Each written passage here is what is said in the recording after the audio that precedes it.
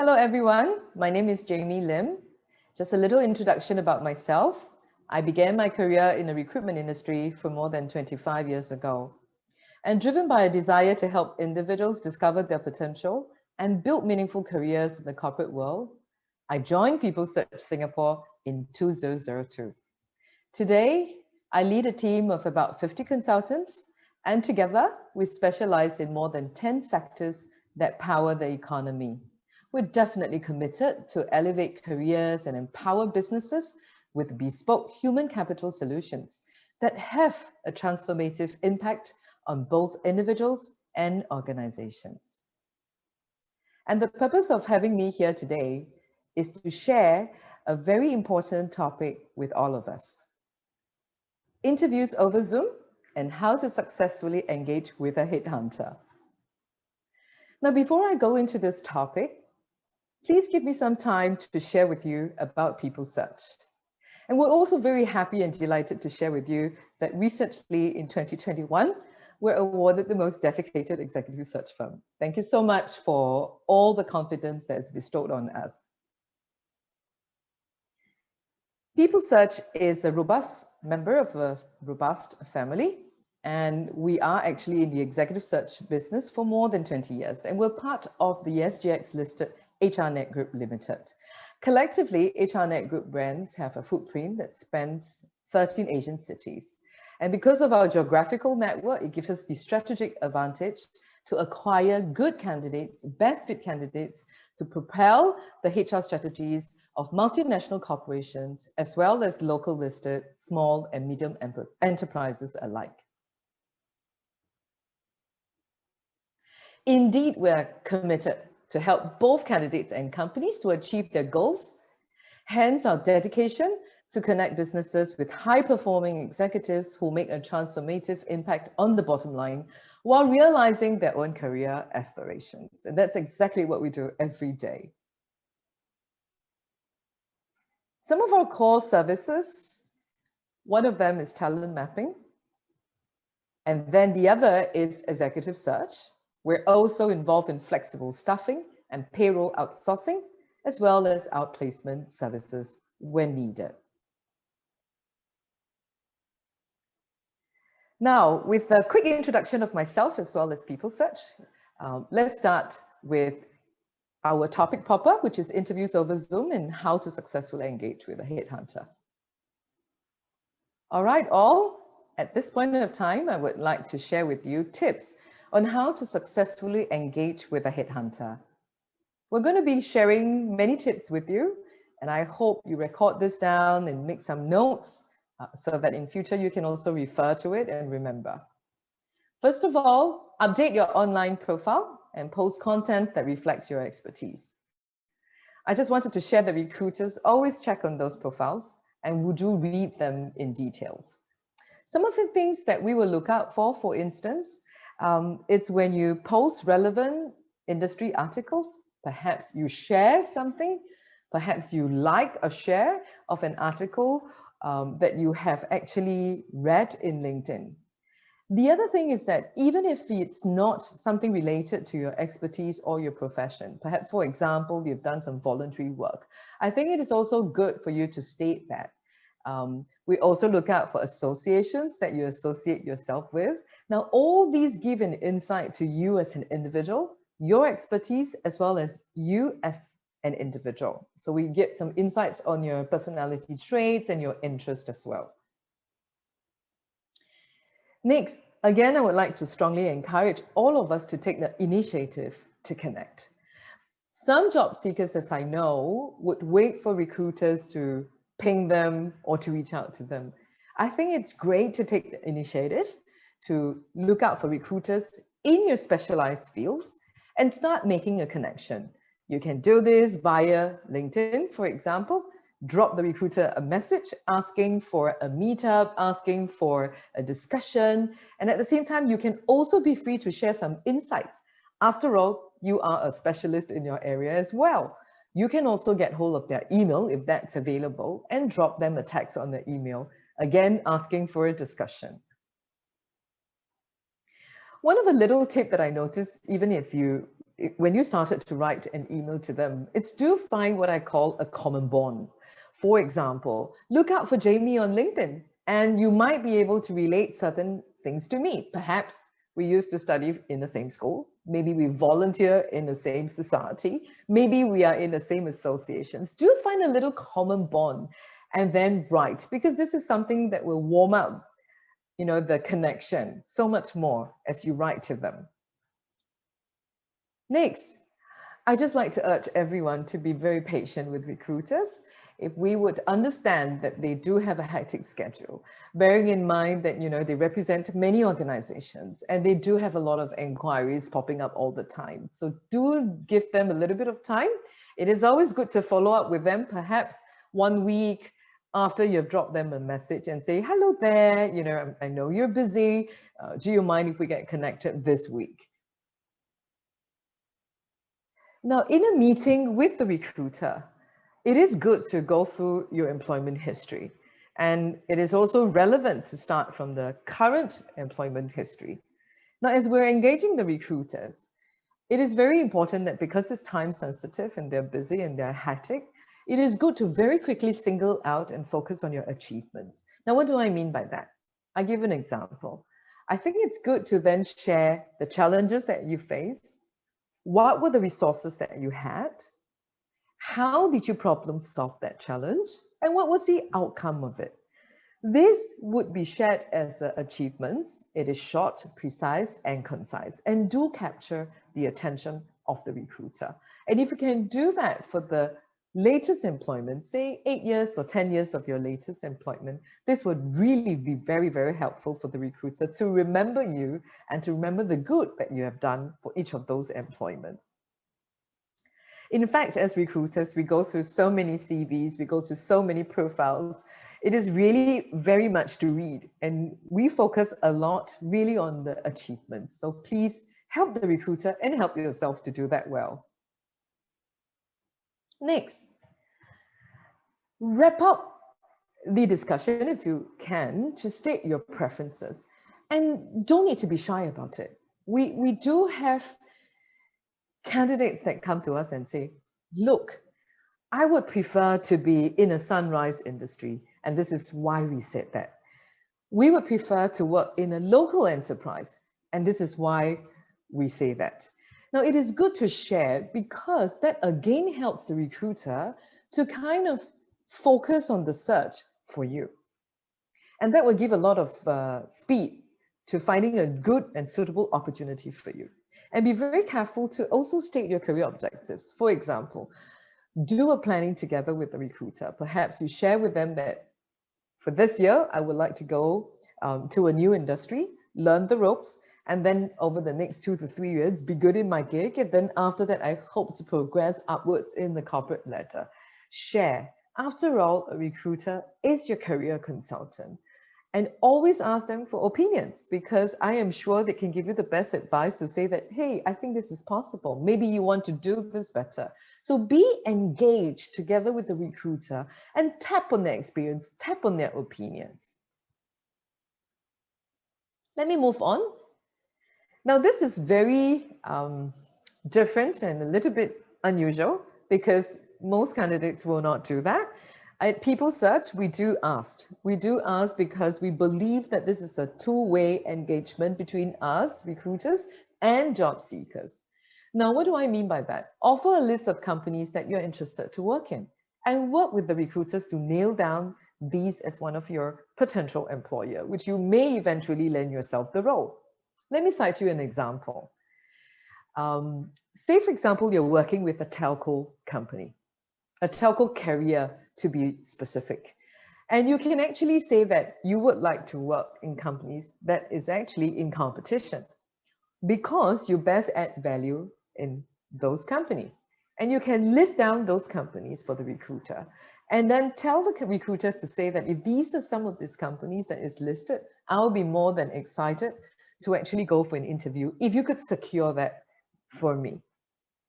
So this is very important because it's proactive, number one. At the end of the day, when the recruiter comes back to you for that specific opportunity, it is anticipated. It is what you wanted. So it becomes very meaningful. Now, this is again another important tip I want to share. Should you reject any opportunities presented to you? Now, say for example, we come to you and we said that, okay, so we would like to present these opportunities to you, and we share with you the job scope, the structure, the career growth plan. And perhaps this doesn't fit you. What you need to do is just be very authentic and very genuine to say why, if you feel that this is not something that you want, and allow that discussion to happen. Why? Explain, ask questions, probe more before you take a stand on your final decisions. And if you should reject, it is absolutely all right as long as you explain. The recruiters will continue to partner you in your career search. Maintain the relationship with recruiters. This indeed is a lifelong journey. We need to understand that this is mutually beneficial. The recruiters will need you because they are providing this service to the client, which is organizations. Now, at the same time, as this is not a service that's paid for between the recruiters and yourself, we need to make it meaningful. We need to build this relationship. You can actually take the initiative to kind of keep in touch with them, perhaps every month, in many different forms. You can drop them a text, you can give them an email, you can give them a LinkedIn message, you can like and share when they speak certain things, just to get in touch. Now, being a specialist in your own field, perhaps you could also share some insights with them. These are all forms of maintaining a healthy, long-lasting, and robust relationship with the recruiter.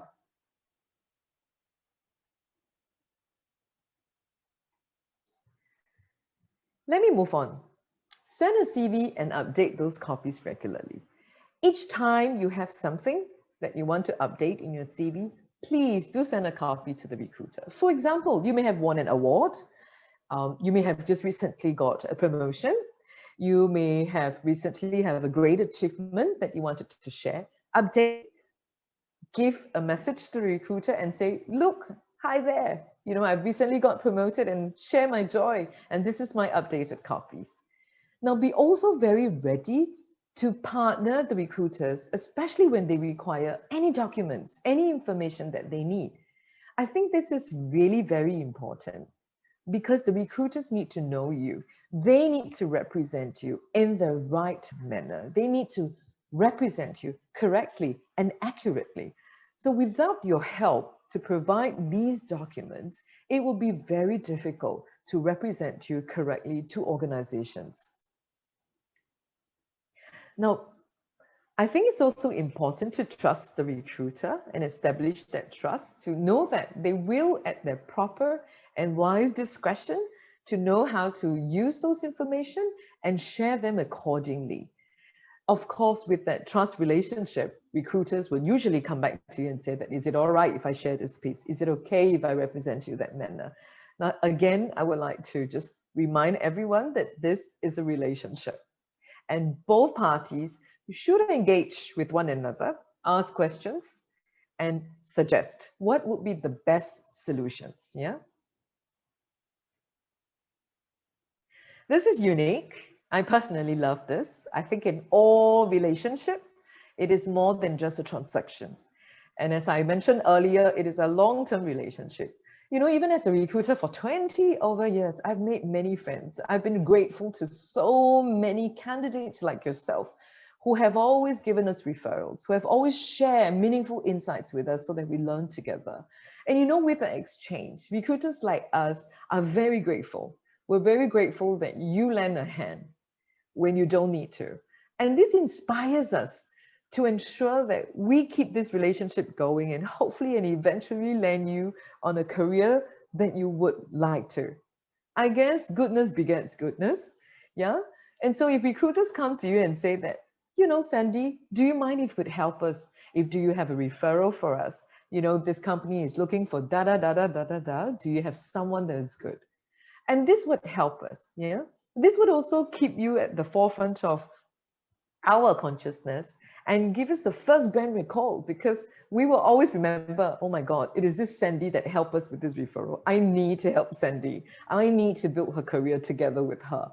So this is what I meant by, if recruiters engage you to get for referrals, or perhaps ask a question to you or ask for certain insights and information for help, it would be great if you can return that favor.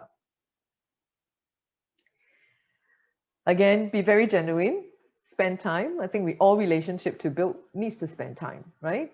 And a recruiter, like I said, is really a lifelong career consultant, just like a financial planner. It is the same. They're with you over the years. I have seen candidates that are being placed by PeopleSearch 2 to 3 times in their last 20 years. It is amazing. And imagine charting the career together with you over a long period of 10, 15, and 20 years. This indeed is really very purposeful and meaningful. So I would strongly encourage that it is more than just a transaction at that point of time when you need a job. It is really a long-term relationship. Continue making connections and deepening your relationship with recruiters, even after you have landed a job. As I said earlier, should the recruiter secure a role for you, they will continue to journey with you. You'll be surprised at how they can assist you along the way. They become a friend. They can become your career consultant for your next role, and you bring them along with you. They bring you along with them. So continue to keep that connections. I give you an example. I have placed candidates before in organizations, a lot of them, and sometimes they come back and say, you know, Jamie, do you happen to know this so-and-so in this company? Because, you know, we're going through this policy creation, and it would be good if I can seek some advice from your network. And I'm more than happy to help the candidate. So these are examples of how to keep that relationship going, and that it is a long-term relationship of helping one another. And then we build a very strong ecosystem to help one another to be great in our careers, to be great in adding value to our companies. I think we are in this age where no one can really stand alone. It has to be collaborative. We have to build a very strong and robust ecosystem. And they are not necessarily people in your company. They could be people like us, the recruiters. They could be your vendors. They could be your suppliers. They could be your friends in another company. Yeah. All right. Now let's get into our second section, which is on Zoom interviews. How do we best do a Zoom interview with our prospective employer? You would agree with me that many of the interviews these days, because of the pandemic, are all done over Zoom. Of course, there will be an eventual face-to-face interviews for some of the senior positions. So I think it's good to recognize and learn from these tips and start applying them so that we're really great at it. Let me start. The first point is about neutral background, having a virtual neutral background. Now, you must be wondering, why is Jamie having such a vibrant background at the back of me? Very colorful, and it states our organization. Now, I chose this background simply because it represents our company and dynamism. Now, being a candidate and as a job seeker in a career discussion, I think it would be best to have a neutral background, something that is light-colored and not too distracting. Now, unless you are perhaps in a creative industry like advertising, then maybe the background can be very creative, you know, very colorful. Otherwise, it would be great to go with very neutral backgrounds. All right, the next point that I would like to share, it's about lighting. The largest light source should always be in front of you and at a 45-degree angle. Now make sure your face is visible and yet not overly exposed. Some of us are not careful with our lighting, and then we may appear really very dark, and that doesn't do you much a favor because you will look very tired and very haggard. So it's very important to ensure the light source is there. You can choose to go to a place in your room or in your house that it's a little bit more brightly lit, or you can invest in some light source where you can clip on to your laptop or your desktop, and that will help you with the light source. Yeah. It's also very important because then they can see your face very clearly, your smile, the sparkle in your eyes, and your expression. So this is very important. Camera should be at eye level, right? So a lot of us will be looking down. Let me demonstrate, for example, looking down will be like this, yeah? And then we start talking, to the individuals that are opposite us. Now, this will not look as great because even though this is a Zoom interview, I think it's good to have that eye contact. So look out for that eye, hold the camera, hold on your laptop and look at it as you speak, just like what I'm doing with you now. Yeah. So please ensure that the eye level is there. It would be good to hide the video preview from yourself to avoid being distracted, which I know personally, I do that. So it's very good to keep your video preview, perhaps hide it away or right at the bottom, right? And then you'll be very comfortable to actually look at the camera eye level and then start speaking to that individual, yeah? Don't get distracted, because if you are distracted, let me demonstrate to you, if you get distracted, you'll be doing this, right? Yeah, so just concentrate on the camera level and start talking to the person that's in the Zoom window. Now, let's get into this tip now, which is appearance and body language. It does matter. So I would encourage everyone not to let your guard down. It's important to continue to stay fresh, have a clean look, and put on makeup if you need to. Make sure the hair is done up, it's neat, and put on your proper shirt or dress that best represents yourself. Now, it is very important to also look out for body language. Earlier on, we touched on the fact that, the eye contact and engagement, so continue to look at the camera level. And then you can also make very small hand gestures like what I'm doing now.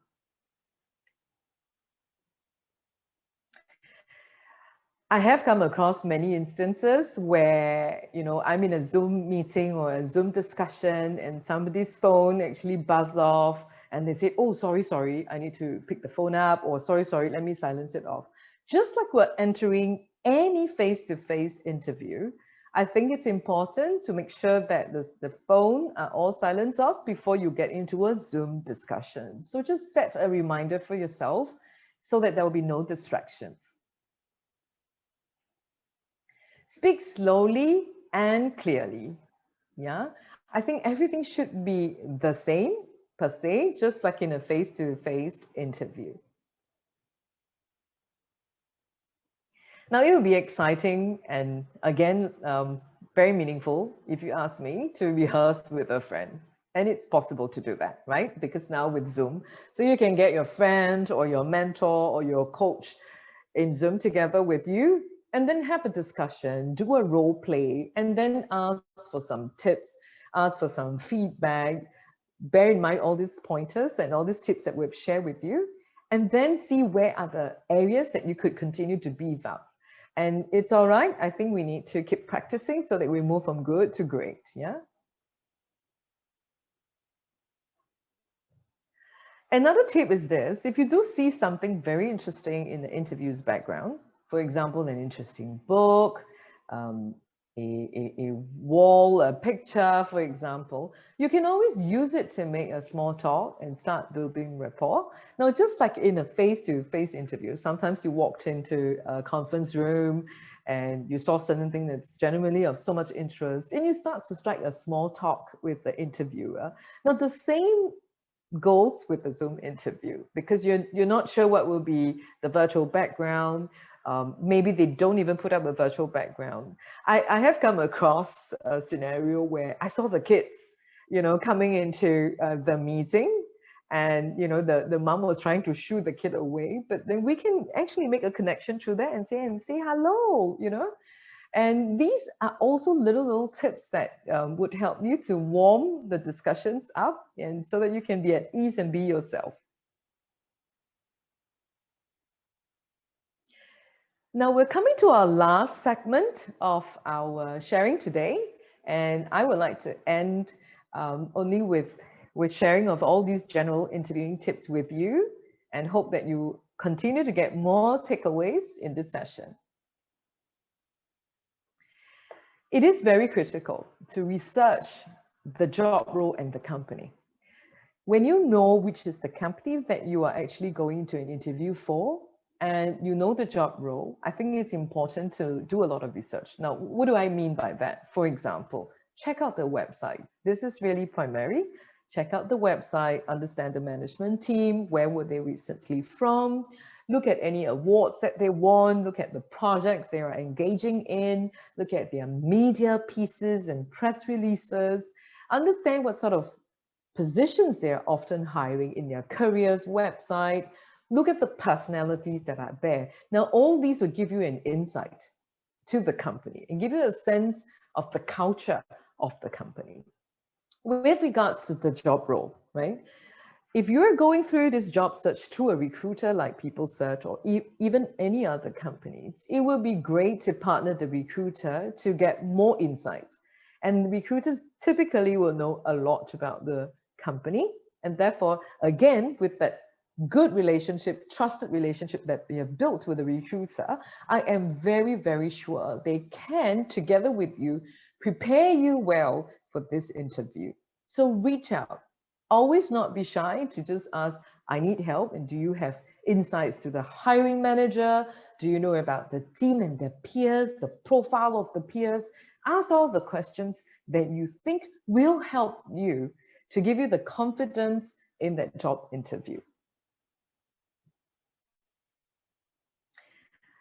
Again, it is very important to emphasize the value you can bring to the company. Earlier on, we mentioned one of the tips is to focus on your achievements. Yes, so remember to emphasize on your achievements and what that means to the company. It is actually addressing this question. If I were to hire you, what good do I have? So you can go to the interview and tell the interviewer and the employer that by hiring me, these are the 1, 2, 3 that I can help you with. For example, I can increase your company's revenue or profits. I can win certain deals for you. I can help you with cost savings. I can help you to revamp your website in 3 months. What exactly is the value that you can bring to the company? Perhaps you have insights on the kind of issues that the company is facing. For example, digitalization. Perhaps some companies are going through digitalization and automation, and you have walked through this experience in the recent years.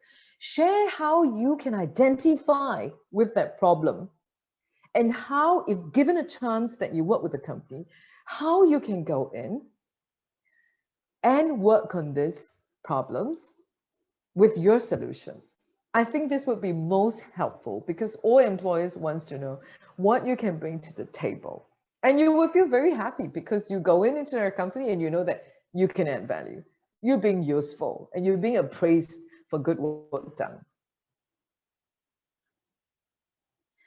Be always prepared to answer any situational or behavioral questions, right? Sometimes, we have in many instances, be given situational questions. For example, they may give you a role play scenario, a case study, and say, now, if you were X person, how would you solve this problem? What would you do? So this is possible, yeah, in terms of situational issues. Or they can ask you, for example, in your previous employment, they will ask, okay, you are faced with this. You have shared with me how you problem solve. Sometimes they may ask you again, now, if you were to do this again, what would your learning points and how would you have done even better? So these are situational questions that will come up in an interview, and be prepared. Now, you may be asking yourself or even me, how do I get prepared? You can talk to recruiters like us. They have been through so many role plays, so many scenarios with so many years of experience. I'm sure they can give you many tips on this. You can also talk to your career coach, a consulting coach, or perhaps your very experienced friends or people in the industry that are experts. They may give you some insights as you discuss with them. And last of all, you can always do Google. Google may have some answers and some good suggestions for you to follow as well. Do show genuine interest in the company. I guess fundamentally that's why you are open to have that job interview or have that career discussion, and ask the right questions.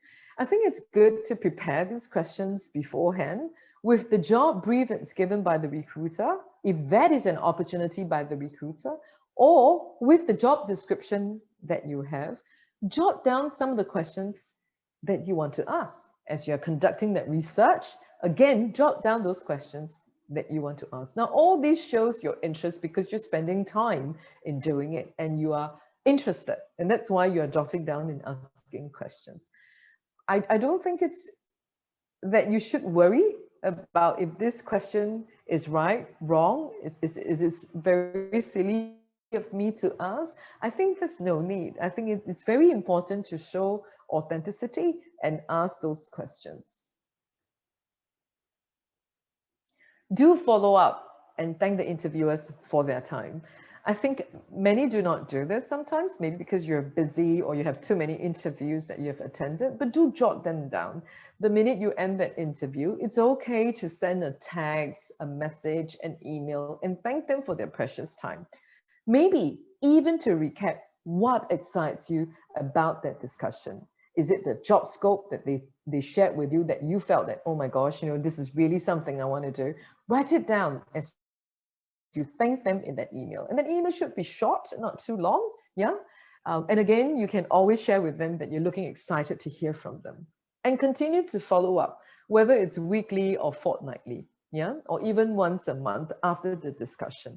If you are partnering a recruiter, I think you could do that through your recruiter. Let your recruiter know to say that, please write an email on my behalf to thank the interviews for their time. And again, I want to reiterate these viewpoints that will be very helpful.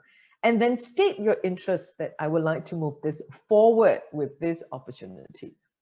Or perhaps even ask the recruiter for the contact details of the interviewer.